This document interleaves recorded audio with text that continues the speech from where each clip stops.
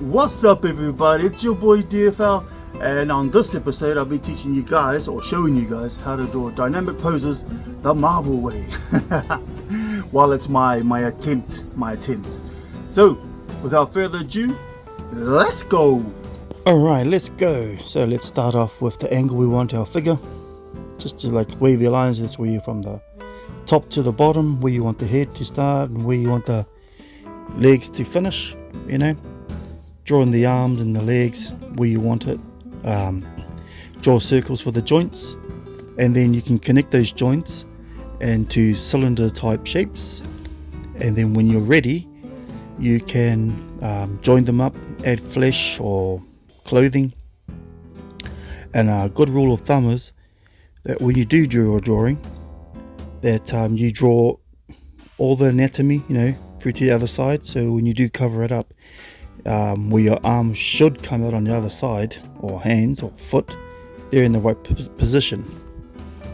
So it's good to think about how your drawing is going to end up, where your lighting and shadow is going to be, what dynamic pose you want, where do you want your audience to focus on.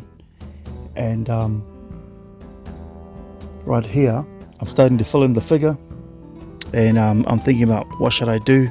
I'm not really good at drawing stick figure drawings because I basically kind of like just know where to put it all, but you'll get used to that. The more you practice, the more you get more and more confident in drawing and sketching. So yeah, coming back to sketching, I say it a million times, hey, draw every day, you get better at it.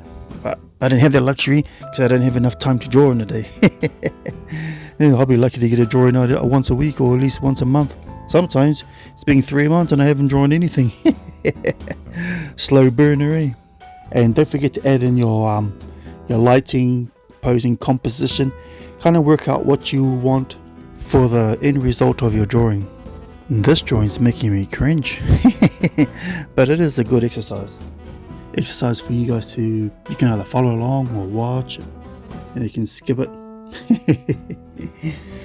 His leg's a bit too short here, but you know, it's just a sketch. I could fix it up, but it's just for demonstration.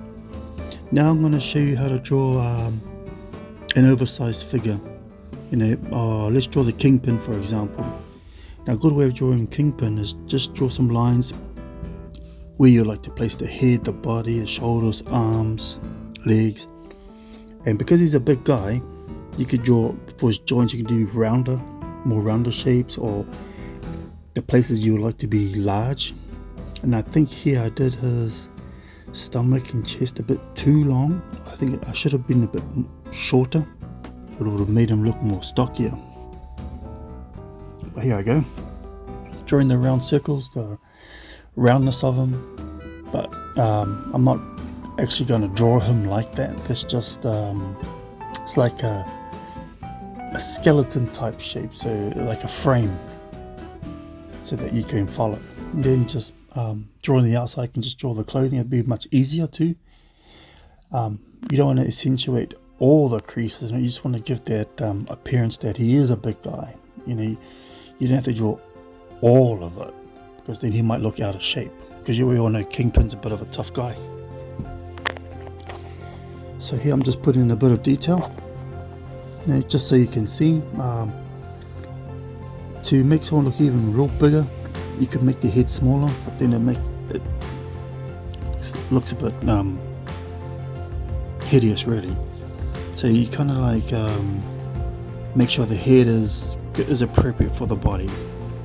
Okay, give it some more depth, some more strength, so when they look at the picture, like, oosh, that's not just an overweight guy, he looks a bit of a badass guy, that type of thing.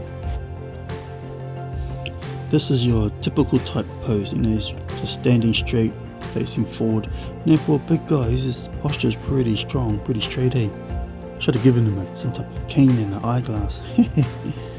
But then he might turn into the penguin. So just gonna put a bit of detail on his outfit, his tie, and just making sure that his outfit suits his body shape. His shoulder on his left side, which is our right side, I made it a bit too big, if you can tell. I was too busy focusing on his pipe, but what I should have done was I should have just drawn the figure first before adding the extra bits in. But lucky for me, this is just quick sketches of figures. So that's what's good. The beauty about sketches is you can rub it out and make it as perfect as you want. Now just adding a bit of decoration to his pocket, you know, that handkerchief type thing. I never even actually seen him use it in any of the comics. Now I'm going to outline where the folds are, just show the crease line. You know how bodybuilders like to wear tight t-shirts to make them look buff? Well, Kingpin's he's got big clothes. He doesn't need to look buff, that guy is big. But he does have a bit of creases because, you know, some probably expensive type going out jacket that he's got on, you know.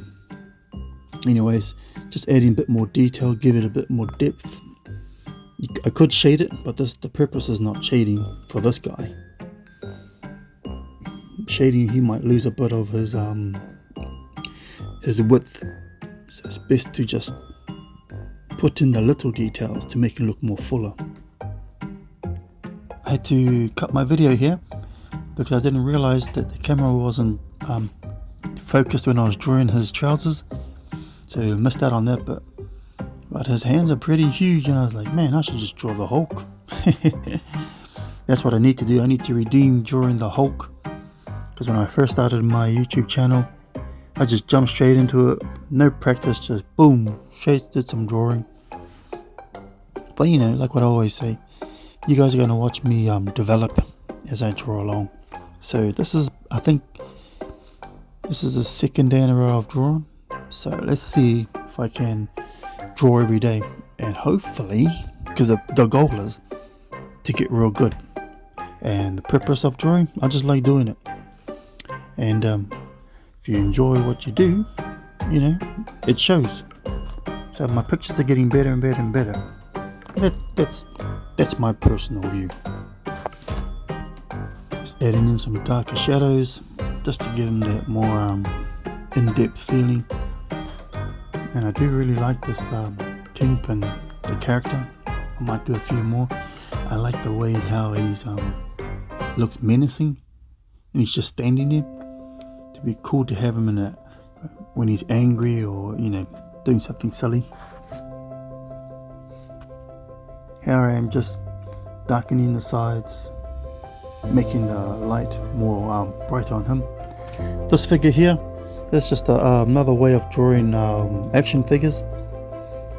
I used to draw like this back in the day, but now I've found, because you evolve, you find better ways of drawing, faster, quicker, easier. So this was a bit awkward for me to draw because I haven't drawn this type in years. But it's good for those who'd like to practice, you know, getting their proportions and their poses right. So I'm just doing a quick figure pointing to our right, his left, and just gonna, at the end of this, I'll probably put in some shadows to see where the light's coming from, as per my other drawing video that I did about light and shadows. This is also from the Marvel book that I was drawing from, How to Draw Comics, and it's really good, like it's got some real good stuff in here. I mean, it was given to me in 2010, and I browsed through it over the years. I never actually read it, and sorry about that. And 15 years later, I'm actually looking at it properly because I want to better myself at drawing. And it's got some really good stuff in here, man. I've been such an egg. I should have done this ages ago. I probably would have been way better by now, but oh well. Sorry about it. Anyway, here's a figure coming along. So there's not going to be much detail on this. It's a real tiny figure, so, and the paper's not that great. It's just for sketching. So if I make a mistake on it, you'll see it. I won't cut it out. I want you guys to see the process of everything, because, you know, no one does it perfect unless they're tracing the bloody thing. Yeah, so here he is. Kind of mucked up his forearm, But I said, you know what, I'm not going to correct it. I'm just going to leave it as it is. I know you guys will do a better job than I have. Here I'm using a charcoal pencil on a paper that's not made for charcoal. Wow. Anyways, I'm drawing this before I go to work. So I hope you guys enjoy this tutorial. It's a real quick one. For those of you who have never seen this type of way of drawing figures, hopefully this helps you. And for those of you who are way beyond and better than me, well, it's a no-brainer. I would like to have some comments about your insight on what I could have done better on these drawings. And everything's a learning curve. Every video I watch on YouTube is learning. I'm like, oh, so that's how they do it. And then there's these artists out there that don't want to show you anything. I don't know why they have to hide it. You're going to learn it anyway. If people had it, we wouldn't have people like Jim Lee, David Finch, James Reyes, Alan Hughes, even that Dr. Rocco guy in the Netherlands, wherever he's from. And many artists, they're real good. They don't hide their techniques, they show you. Like, there's a lot of good artists out there. And I'm pretty sure you're watching this, you're probably even awesome. And I'd love to see your drawings. Yeah, so back to the rambling. Here I'm shading on this character, thinking about where the light's going. I'm not really paying too much attention to my shadows because I gotta get out of here. I gotta go to work. I think I'm gonna use this type of style for characters like Spider-Man. You know those ones that are flexible when they fly, where they exaggerate their poses. Yeah, I think I'll do that. I'm so used to drawing like big buff guys, and I better learn how to draw all sorts of other things, which you'll see in my next tutorial. I won't tell you now, otherwise it's a waste of time telling you. You're going to watch the next one. And saying that, it's probably the first and last video you watch of my videos.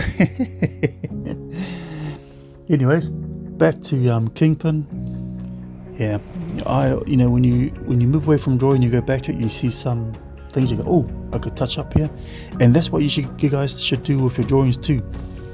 Put it down, have a rest, come back to it, and then you'll notice, oh, this needs touching up, this looks a bit better, this needs a bit more work on. Leave it, go away, come back, look at it again, and if you think it's all good, then it's all good. And we've reached the end of my tutorial. Well guys, I hope you enjoyed that.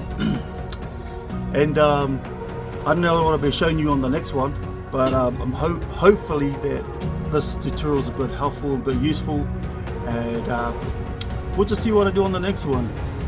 Yeah, it all depends on how I feel. Yo, see you on the next one.